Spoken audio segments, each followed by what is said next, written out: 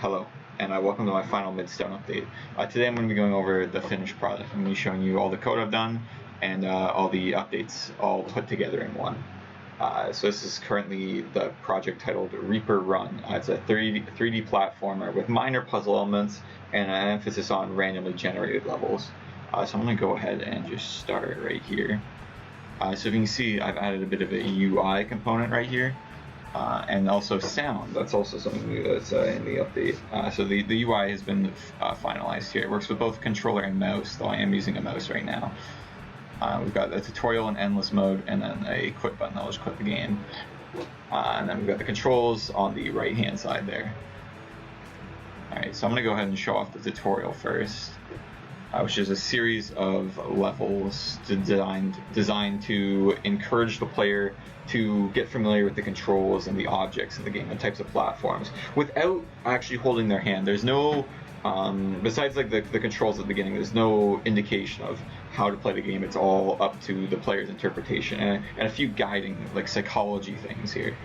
Like for example here, these blocks swap whenever you jump, like so, and the player must jump in order to get here, so that before they even arrive to these platforms, they know what they do, or they should know if they're paying attention.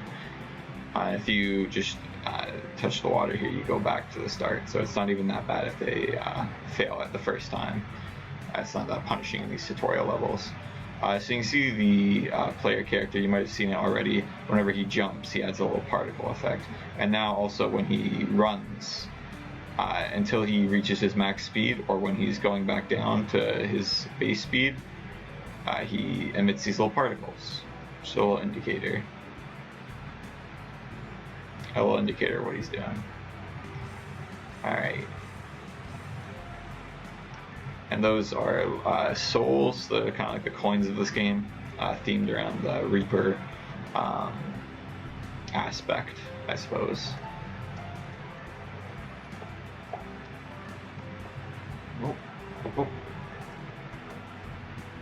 Alright, there we go. And this will take us to the next level. Again, these things, before the player even gets to reach them, they kind of do their own thing. They move back and forth on their own, which gives the player the sense of learning without having to be really tedious and hold their hand. Oh, shoot. Yeah, I messed it up there. But again, since it's only the first tutorial levels, it's not that punishing if you were to die. Whoop. There we go.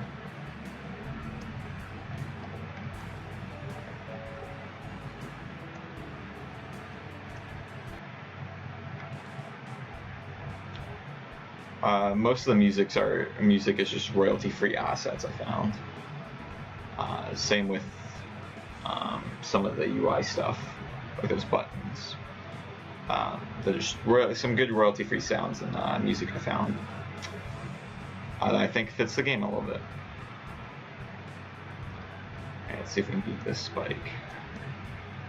Oh, just barely.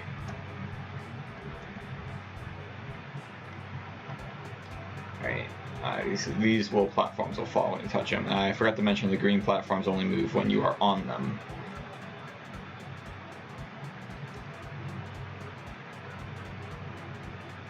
Alright, I'm doing a few slightly advanced tactics here just to get through this, so I can show you the endless mode. Messed up. Alright, that's also the tutorial levels are basically just that, and once you beat them all, they will go back to the start. And they'll just loop over, and you can select to play. They would come back to this menu, and then you could do what you wanted. Alright, so now I'm going to be showing off the endless mode here. This mode, it saves your data. It's got more of like a high score system, that kind of thing, if you're familiar with games that use that. So you can see up in the top right, we have levels, record, and souls. Souls are your amount of coins you've gathered through the game. It doesn't reset, so right now it's kind of high because I've been testing, obviously. And my record is 8 levels in a row without dying. And we're currently on level 0. If you can catch these coins here, your soul counter will go up. They currently don't do anything. There's a high score system, but that's something I could work on in like the future if I wanted to continue creating this game. Right now it's just a playable demo of things. I forgot to mention, all these items here are randomly generated. So you see, that's a completely new layout. There are 30 or so possible parts to a level, and then there are 5 of those stringed together. So there are literally thousands of combinations of possible levels that could happen from that.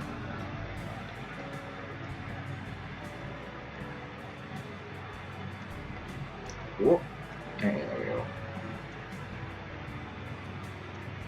This mode is the primary mode of the game, I'd say. Once the tutorial's done, this is the main source of content. It's been the main goals of this project, I should say, was to get familiar with the Unreal Engine that it's using, because when I came in, I've never used this engine before. So, oh shoot. Alright, so we're back near the end of the level here. So again, this is made using the Unreal Engine, and the primary focus of this was to get familiar with the engine itself. So I stuck primarily to blueprints for coding, just because we use C++ in every other class, but this is the one chance to get to know blueprints a little bit better. So if I touch this, though, I would go up a level, and then my progress would be saved. So if I was to exit, go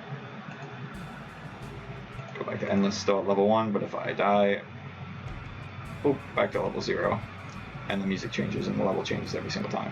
Alright, so thank you so much for checking this out. If you've been following this since the beginning, congratulations. You've seen quite the progress from when I started a few months ago. If you'd like to see more, my LinkedIn is obviously here. You can feel free to check it out if you'd like to see more coding stuff. Again, thank you so much. Please take care.